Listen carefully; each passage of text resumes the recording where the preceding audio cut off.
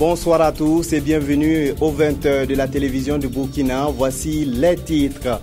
Nouveau rebondissement dans la crise Abissa Gold. Les travailleurs de la société demandent la réintégration des employés licenciés.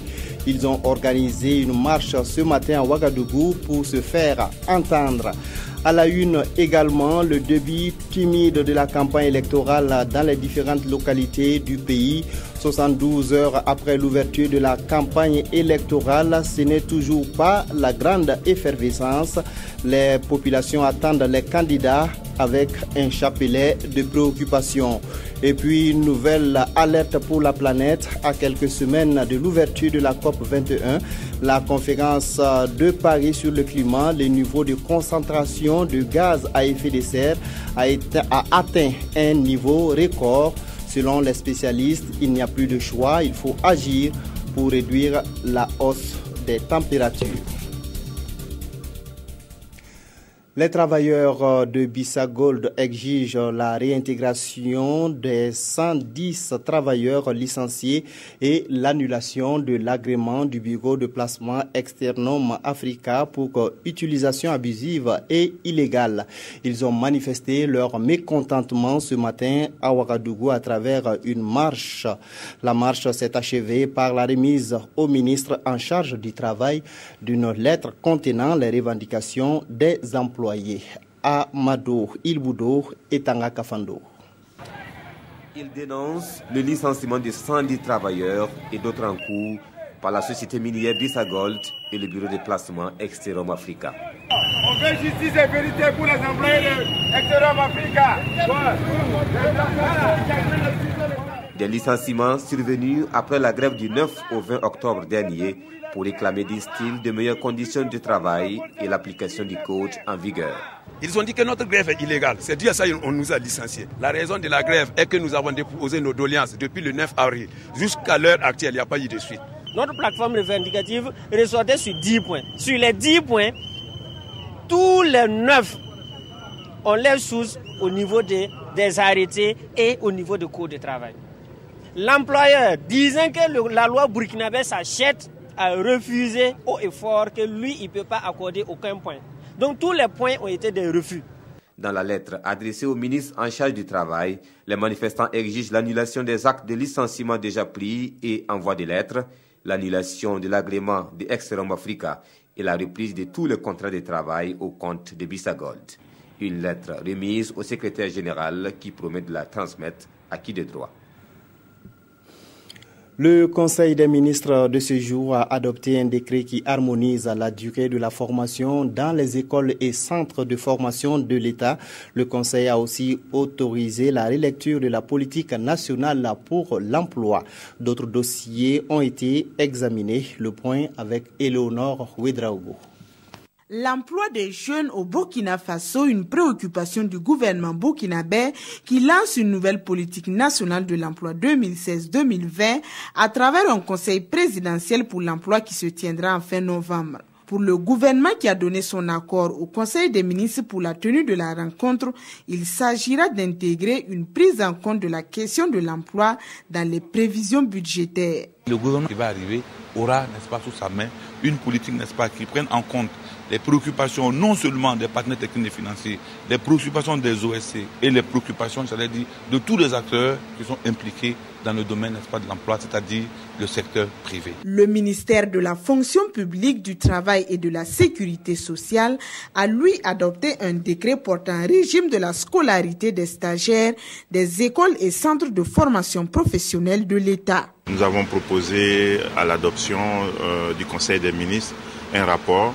et un décret qui permet effectivement d'harmoniser les durées de formation. Par exemple, les agents de catégorie A seront désormais formés pour une durée de 24 mois, les agents de catégorie B pour une durée de 18 mois et ainsi de suite. Donc, il s'agit d'harmoniser de manière à ce qu'on puisse réduire les disparités entre les agents pour la formation. Au ministère du Développement de l'économie numérique et des postes, l'on s'apprête à lancer le G-Cloud. C'est un outil moderne qui va nous permettre vraiment de renforcer, je dirais, donc, la connectivité des bâtiments administratifs, qui va nous permettre également d'offrir un certain nombre de services de manière un peu plus rapide, liés par exemple au e-commerce, liés au e-learning, ainsi de suite, au niveau de l'éducation, y compris également au niveau de la médecine. Alors, c'est un projet qui nous a coûté environ 36 milliards de francs. Le ministère en charge de l'environnement a quant à lui fait au Conseil le point sur les préparatifs du Burkina Faso pour sa participation à la conférence sur les changements climatiques à Paris en décembre. Le ministère en charge de la jeunesse a par ailleurs régularisé la situation de certains directeurs de son département. Il a aussi demandé le paiement des honoraires de certains jeunes pour l'année 2014 et ce avant la fin de la transition. Ce communiqué de la direction de la communication de la présidence du Faso avant de poursuivre. Le président de la transition, président du Faso, son Excellence Michel Kafando, participera les 11 et 12 novembre 2015 à un sommet de haut niveau Union européenne, Union africaine consacré à l'immigration à La Valette, capitale de la République de Malte. Malte est, avec l'Italie et la Grèce, en première ligne face à l'afflux d'immigrés qui tentent de gagner l'Europe en entamant une périlleuse traversée de la mer. Au cours de leurs travaux, les dirigeants africains et européens examineront dans un esprit de partenariat les solutions aux défis communs qu'est l'immigration. Malte servira de tribune à la délégation présidentielle burkinabé pour exposer et partager sa vision en matière de politique migratoire. En marge de ce sommet, le président Michel Kafando aura des entretiens bilatéraux avec certains de ses pairs et échangera aussi avec d'autres personnalités internationales sur des questions de développement.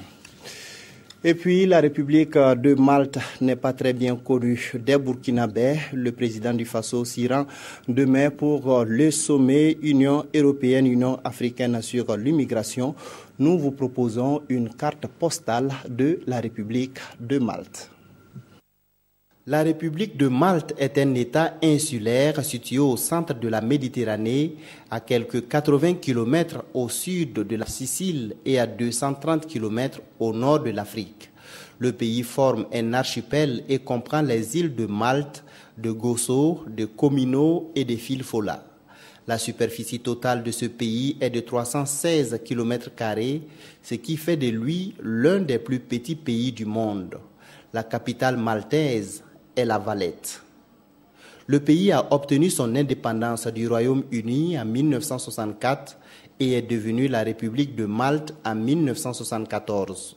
Malte constitue l'un des rares États arabophones à être une démocratie parlementaire. De plus, il n'est pas un pays musulman, mais chrétien catholique. Le 1er mai 2004, Malte fut acceptée après 11 ans de négociations comme premier État arabophone membre de l'Union européenne. Le 1er janvier 2008, Malte intègre la zone euro. Depuis avril 2014, la République de Malte est dirigée par la présidente Marie-Louise Coleiro Preca. Le destin de Malte a toujours été lié à la mer qui l'entoure. 70% du trafic méditerranéen passe entre la Sicile et Malte. C'est sur cet archipel, qui est la première flotte marchande d'Europe, que les dirigeants de l'Union européenne et de l'Union africaine ont décidé de se rencontrer les 11 et 12 novembre 2015 pour discuter de la crise des migrants qui continue d'affluer en Europe en provenance d'Afrique et du monde arabe.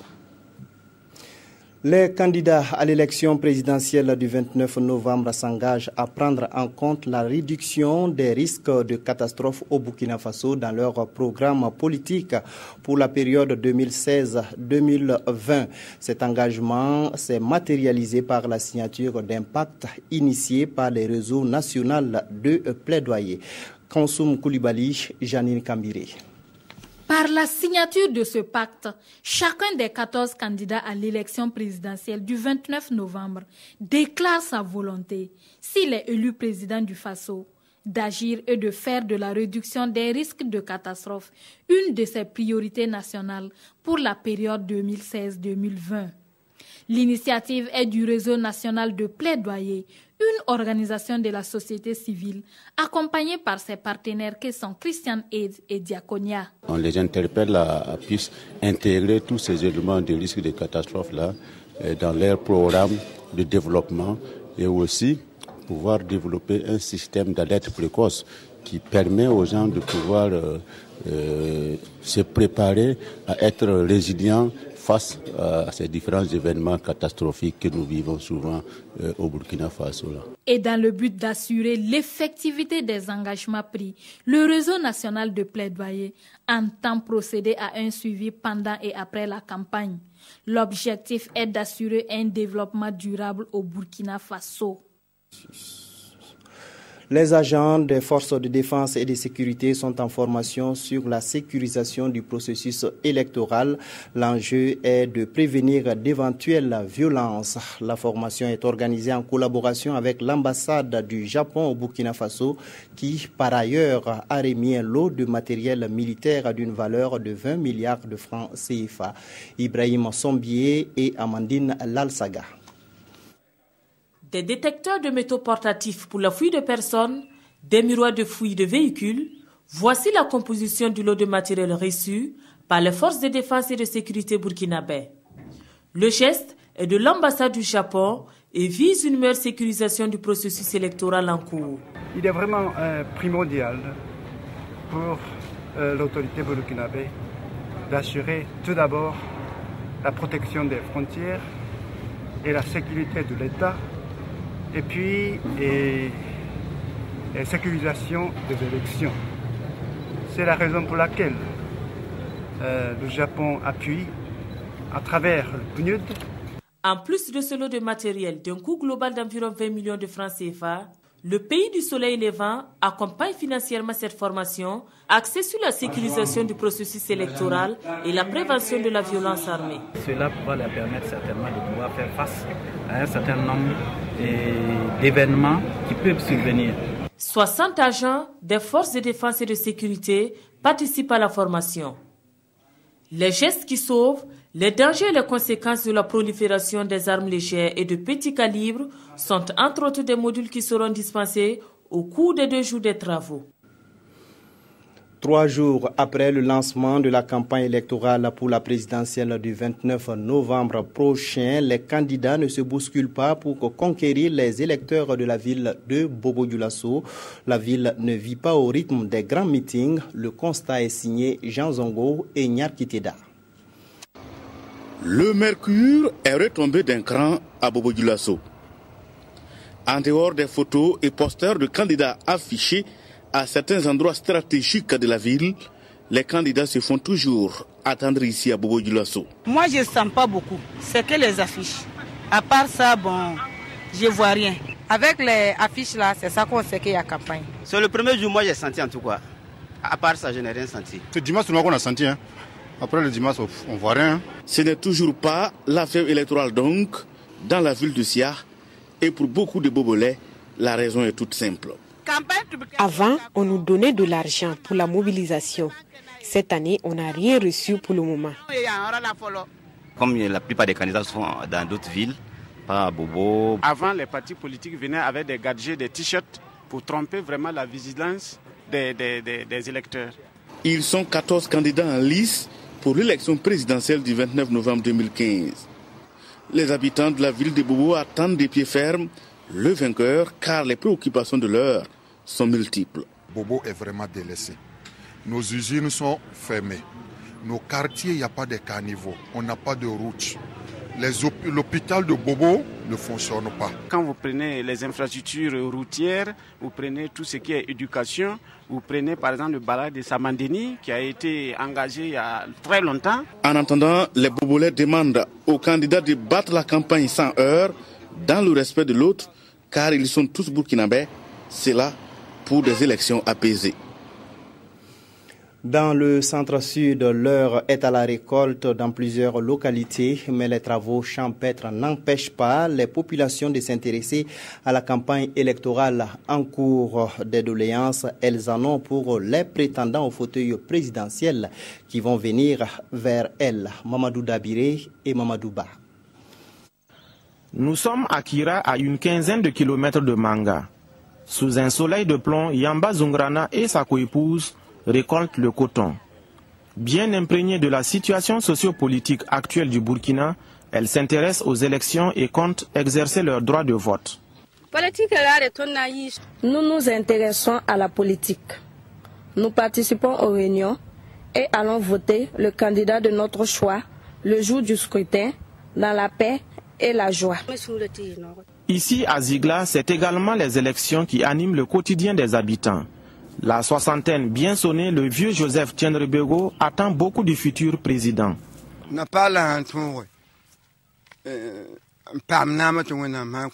Nous attendons de lui la réhabilitation du principal pont qui relie Manga à notre village. Dieu seul sait combien de victimes ce pont a déjà causé. C'est une doléance qui date de 20 ans.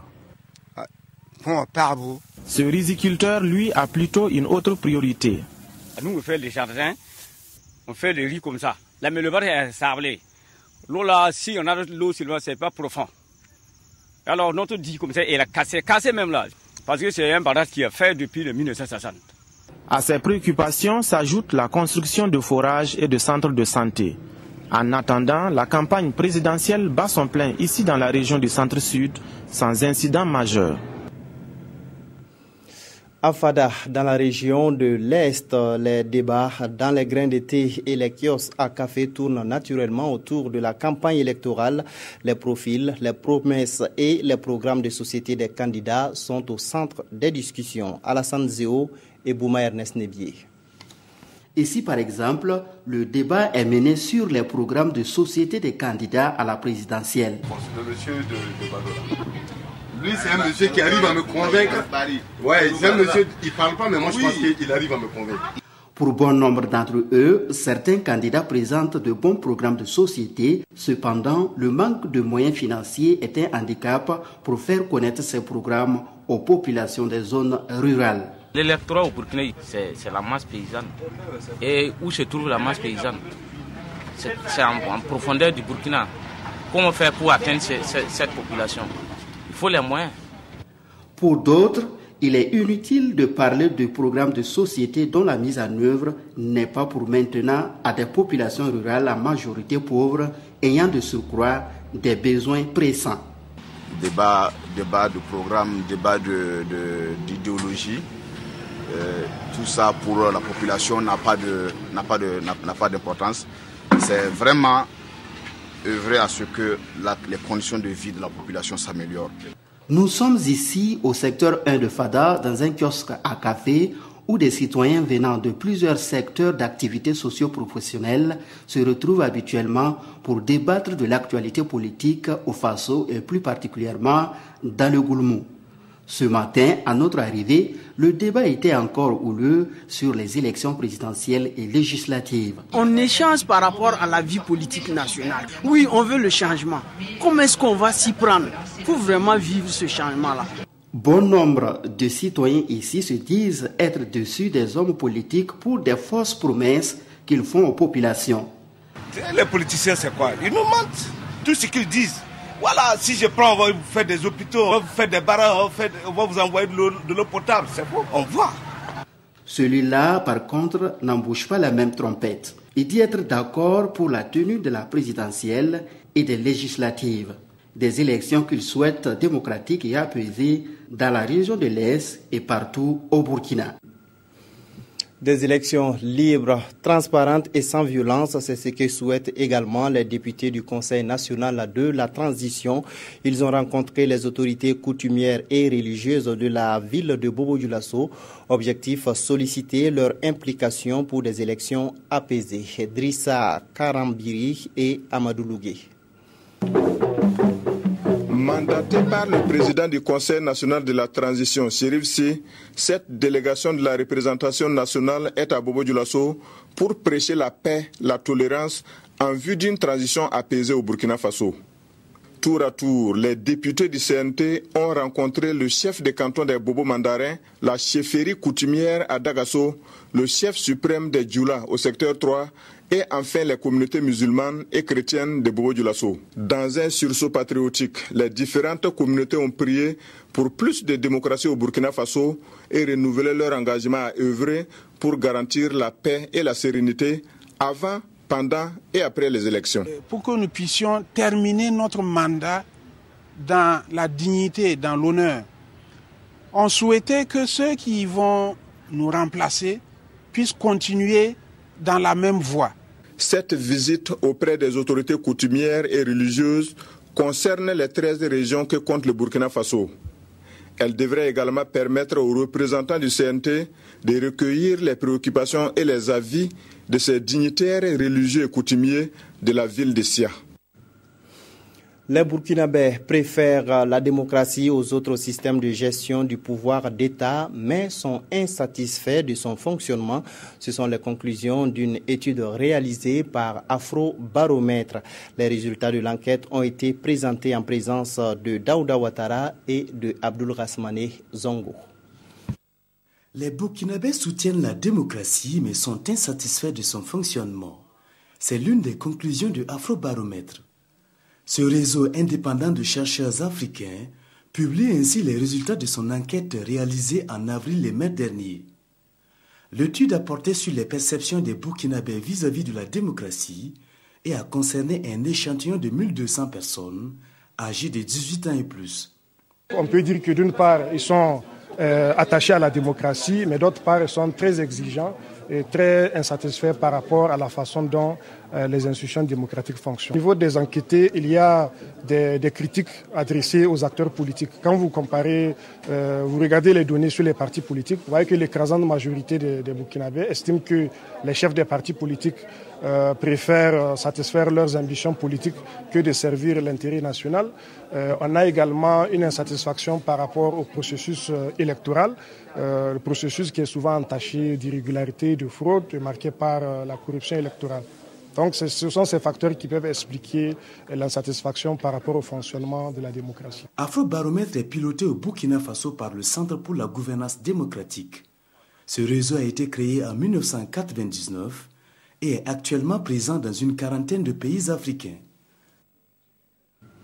Le Conseil économique et social a élaboré un rapport sur la défiance des citoyens vis-à-vis de l'autorité publique. L'institution a entamé une tournée dans les 13 régions pour présenter le rapport aux populations. La tournée vise également à présenter les conclusions du forum sur la paix. Zignaré a été la première étape. Yacouba Gamene, Kadisanogo. C'est à Zignaré, dans le plateau central, que le top de départ de la tournée du président du Conseil économique et social CES dans les 13 régions du Burkina a débuté. Cette rencontre avec les forces vives de la région vise plusieurs objectifs. Présenter le rapport public sur la défiance des citoyens vis-à-vis de l'autorité publique et les conclusions du forum sur la paix. Ayant fait un forum qui a précédé donc cette tournée sur la résolution des conflits et la promotion de la paix, il était important que nous passions dans toutes les régions pour donner les résultats de ce que nous avons fait ensemble.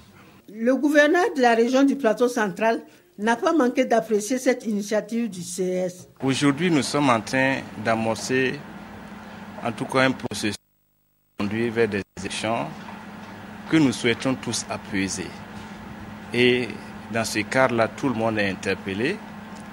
C'est pourquoi les députés du Conseil national de la transition étaient à Zignaré au cours du week-end donc pour apporter leur concours afin que nous puissions organiser des élections équitables, crédibles, dans un climat vraiment de paix. Le président du Conseil économique et social a profité de cette occasion pour lancer un appel à l'ensemble des acteurs pour des élections apaisées. Les résultats de l'évaluation globale des OMD, les objectifs du millénaire pour le développement, ont été présentés lors d'une rencontre à Bobo-Dioulasso. Le nouveau référentiel de développement, à savoir les objectifs de développement durable ODD, ont également fait l'objet d'échanges. Le point avec Carole Tougman et Moumouni Barou. Cet atelier vise à présenter les résultats de l'évaluation des objectifs du millénaire pour le développement et les objectifs du développement durable. Pour garantir l'atteinte des objectifs du millénaire pour le développement, les pays se sont engagés à intégrer ces objectifs dans leurs différentes actions de développement. Le Burkina Faso, à l'instar des autres pays, s'est particulièrement investi à travers ses stratégies de développement, notamment les cadres stratégiques de lutte contre la pauvreté. Il y avait 8 objectifs au total, plus 18 cibles. Alors donc, on devait effectivement, en tout cas à l'orée de 2015, pouvoir atteindre justement ces objectifs-là. Mais malheureusement, comme en fait beaucoup de gens, tout le monde l'a constaté, en fait, tous les objectifs n'ont pas pu être atteints. Mais quand même, il y a eu des avancées assez appréciables au niveau de certains objectifs. À savoir précisément au niveau de la santé, au niveau de l'eau potable, au niveau de l'éducation. Au cours de cette rencontre, il s'agira également de prendre connaissance de la nouvelle feuille de route pour le développement adoptée à l'unanimité par les chefs d'État et de gouvernement à la 70e session de l'Assemblée générale des Nations unies tenue à New York du 22 au 27 septembre 2015. La lutte contre la peste porcine passe par l'harmonisation des stratégies et méthodes de lutte des pays touchés par la maladie. Des représentants des 17 pays africains touchés par la maladie sont réunis à Ouagadougou à cet effet. Le point avec Oscar Ouedraogo, Oumar Zombré et Jacques Lamissa Tarpaga. Les éleveurs de porcs en Afrique peuvent perdre jusqu'à 100% de leur exploitation. Cela est dû à la peste porcine. Pour le moment, il n'existe aucun vaccin pour contrer cette maladie transfrontalière. Le seul moyen qui existe est insuffisant. Le seul outil de contrôle et de prévention repose essentiellement sur l'abattage sanitaire systématique. Or, nous savons que dans la plupart de nos pays, même si la législation prévoit un mode de compensation, ce n'est pas toujours le cas.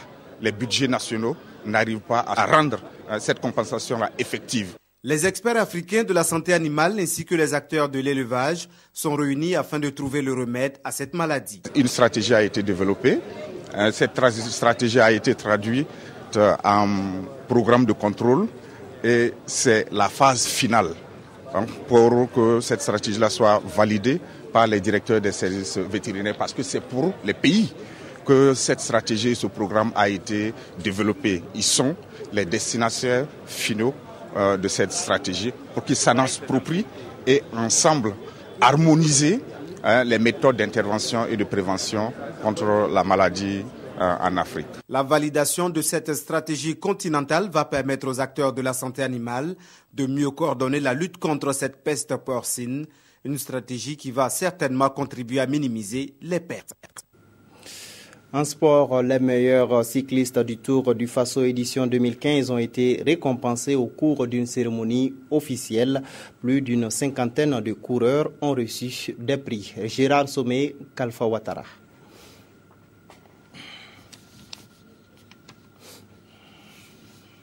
Moussine Lassaïni, grand vainqueur du 28e Tour cycliste international du Faso, distingué lors d'une cérémonie de récompense. Vainqueur du Tour du Cameroun, de la Côte d'Ivoire et celui du Maroc, ce champion dans l'âme reçoit plusieurs trophées, dont un vélo de course. Je suis maillot jaune, c'est très heureux. Je remercie beaucoup de mon entraîneur et mes amis, parce que mes amis ils travaillaient beaucoup. Tout comme lui, ils sont plus d'une cinquantaine à défiler pour recevoir le prix de leur effort. Le bal des récompenses est ouvert par des vainqueurs d'étape, dont Michael Apton, qui remporte à lui seul 3 victoires. Le capitaine des étalons, Abdelaziz Nikema, meilleur sprinter, reçoit un vélo de la part du ministère des Sports et des Loisirs. Le premier coureur burkinabé, Mathias Sorgo, a lui aussi été honoré, soit plus de 16 millions de nos francs, rétribués au lauréat de cette édition. Le rendez-vous est pris pour la 29e édition, avec beaucoup plus d'ambition. Pensons déjà que le budget est insuffisant et au stade actuel, il faut le doubler sinon le tripler. Et vu l'envergure de l'épreuve et ce que ça apporte en tout cas au Burkina Faso, et nous pensons également qu'il y a un environnement qu'il faut donner autour du Faso. C'est un événement sportif, mais c'est également un événement artistique et culturel. Il faut beaucoup plus intéresser davantage les communautés, les villes que le Tour traverse, pour qu'eux-mêmes s'approprient l'organisation du Tour. Le Tour du Faso, 28e du genre, a vécu. Malgré un contexte difficile, les autorités de la transition ont sauvé ces rendez-vous continentaux après le report de 2014. La campagne électorale en cours et l'opération de ratissage dans les quartiers contestataires de Bujumbura ont retenu l'attention des éditorialistes de la presse écrite. La revue de presse est avec Aimé Solange Guigma. Il fallait s'y attendre, la campagne électorale est à la manchette de l'ensemble des parutions du jour. Campagne électorale, éviter la paralysie de l'administration, interpelle Sidoya. De par le passé, campagne électorale rimait avec congé, au point que des fonctionnaires en profitaient pour aller en escapade, nous informe le quotidien d'État. Et comme on ne vient pas aisément à bout d'un phénomène aussi complexe que celui des absences chroniques dans les services publics, il va falloir y aller vite et d'une main de fer. Des visites impromptues dans les services ne seront pas de trop, insiste le journal de tous les Burkinabés. Pendant ce temps, le quotidien met en garde les candidats paresseux. Qui sème le vent récolte la défaite, estime ce journal. On ne peut pas passer le temps de la campagne à se tourner les pouces et revendiquer après une quelconque victoire. Seul le travail paie, conclut le quotidien. Hors de chez nous, la situation au Burundi préoccupe les journaux du jour. Peut-on encore sauver le Burundi des démons de la guerre civile, s'interroge l'observateur Palga. Tel un navire aux mains d'un capitaine ivre, le Burundi glisse dangereusement vers une guerre civile au relan ethnique pour ne pas oser parler du vilain mot génocidaire, explique l'Obs.